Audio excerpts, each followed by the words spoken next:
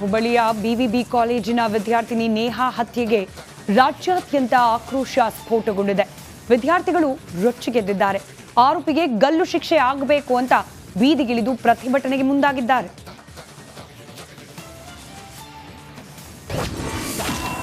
ನೇಹಾ ಹತ್ಯೆಗೆ ಭುಗಿಲೆದ್ದ ಆಕ್ರೋಶ. ಬೀದಿಗಿಳಿದು ಎಬಿವಿಪಿ ಪ್ರತಿಭಟನೆ.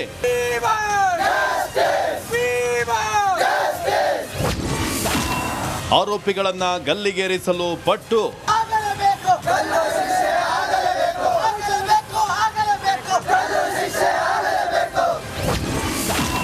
ಎಲ್ಲೆಲ್ಲೂ ವಿ ವಾಂಟ್ ಜಸ್ಟಿಸ್ ಘೋಷಣೆ. ಹುಬ್ಬಳ್ಳಿಯ ನೇಹಾ ಹತ್ಯೆಗೆ ರಾಜ್ಯಾದ್ಯಂತ ಆಕ್ರೋಶ ಸ್ಫೋಟಗೊಂಡಿದೆ. ಸಿಲಿಕಾನ್ ಸಿಟಿಗೂ ಪ್ರತಿಭಟನೆಯ ಕಿಚ್ಚಹಬ್ಬಿದೆ. ನೇಹಾ ಹತ್ಯೆ ಖಂಡಿಸಿ ಬೆಂಗಳೂರಿನಲ್ಲಿ ಎಬಿವಿಪಿ ವಿದ್ಯಾರ್ಥಿಗಳು ಪ್ರತಿಭಟನೆಯ ಕಹಳೆ ಮೊಳಗಿಸಿದ್ರು.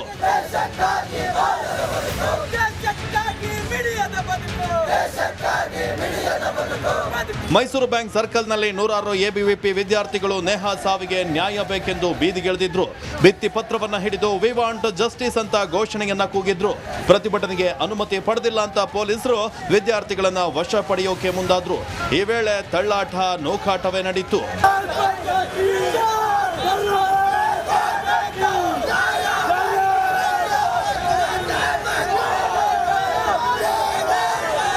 ಇನ್ನು ಇದೇ ವೇಳೆ ಮಾತನಾಡಿದ ಎಬಿವಿಪಿ ವಿದ್ಯಾರ್ಥಿಗಳು, ಕರ್ನಾಟಕದಲ್ಲಿ ಮಹಿಳೆಯರಿಗೆ ರಕ್ಷಣೆ ಇಲ್ಲ.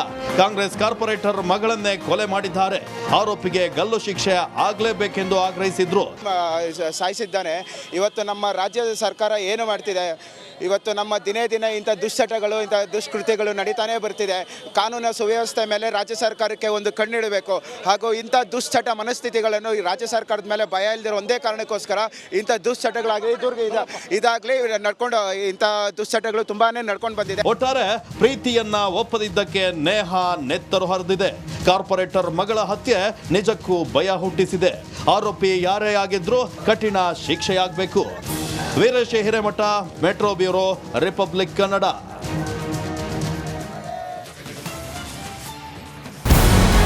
ನಮಸ್ಕಾರ, ಕರ್ನಾಟಕ ಪ್ರೈಮ್ ಟೈಮ್ಗೆ ಸ್ವಾಗತ.